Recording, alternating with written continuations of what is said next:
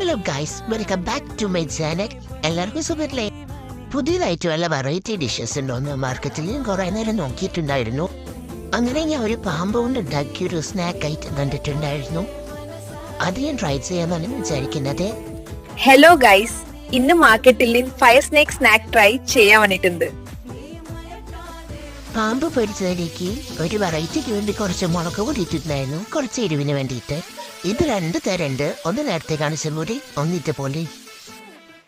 One snack, please. Thank you. അങ്ങനെ കടക്കാരോട് സ്നാക്കൊക്കെ ചോദിച്ച് മേടിച്ച് ഞാൻ ടേസ്റ്റ് ചെയ്യാൻ പോണ്. എരിവ് എനിക്ക് അത്രയ്ക്ക് എന്നോട് പറ്റിയില്ല. അയ്യോ, ഇത് വളരെ സ്പൈസി ആണ്. അതിന് ഞാൻ വീട്ടിലേക്ക് പോവുകയാണ്.